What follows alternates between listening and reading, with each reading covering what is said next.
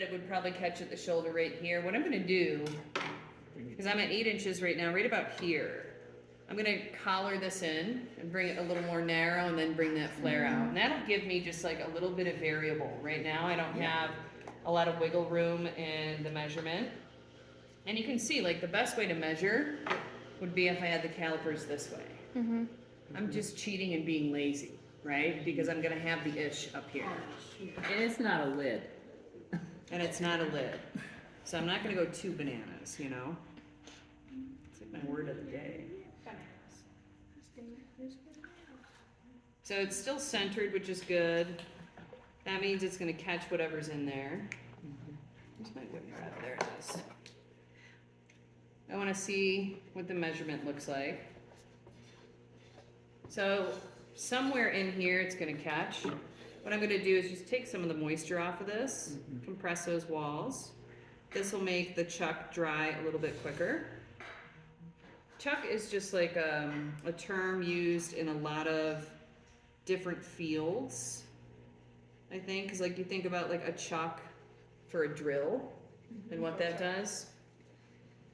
So I really don't know where it came from ceramics, but I think like a form and a tool kind of similar to how this operates exists in another field. Just don't know what that is. Anybody else like use chucks? Do you use chucks in welding? I think talk about it, but we never used it. What did chucks do in welding? We just hold the pipe down. Hold the pipe. I think wooden ones do the same thing. Yeah. Because my dad used to work for Oh, Chuck's. yeah, that's just- Are you focusing anywhere in particular for it to be perfectly in round? I want up here. This is where I care about Okay. the most. And I'm just gonna get like the moisture off because I want this to dry up quicker. Sure. All right. Wire off or no wire off? No.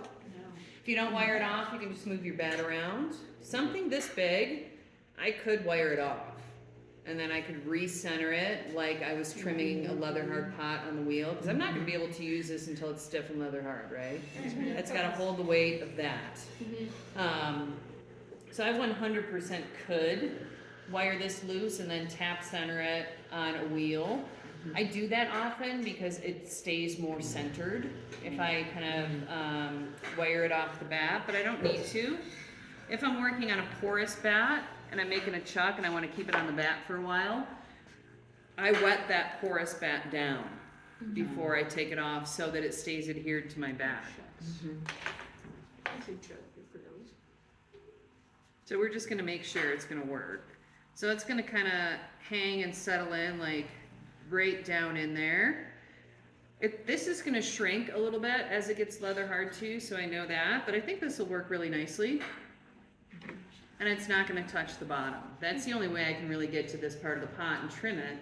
If I tried to balance it on the wheel on that, that would not go well, right? So we'll trim this little weirdo next time. I'm going to do the same thing that I did to this one. I'm going to wrap the pot until about here. Let the new part stiffen up. Make sure the old part doesn't go too far. And then this is going to sit out for several hours to get leather hard. Can you imagine trying to force it through that? That would not work well, right? That looks like a really bad pour spout. But we'll trim this, and if you notice, like this is soft enough where I can move it. So you want to be very careful of how you're treating your objects, right? Wasn't expecting that. But like if I'm kind of throwing this around right now, I can't forget like when it's really soft, you're going to deal with it gingerly. That looks cute though. Looks like an Alice. Okay. Yeah, that was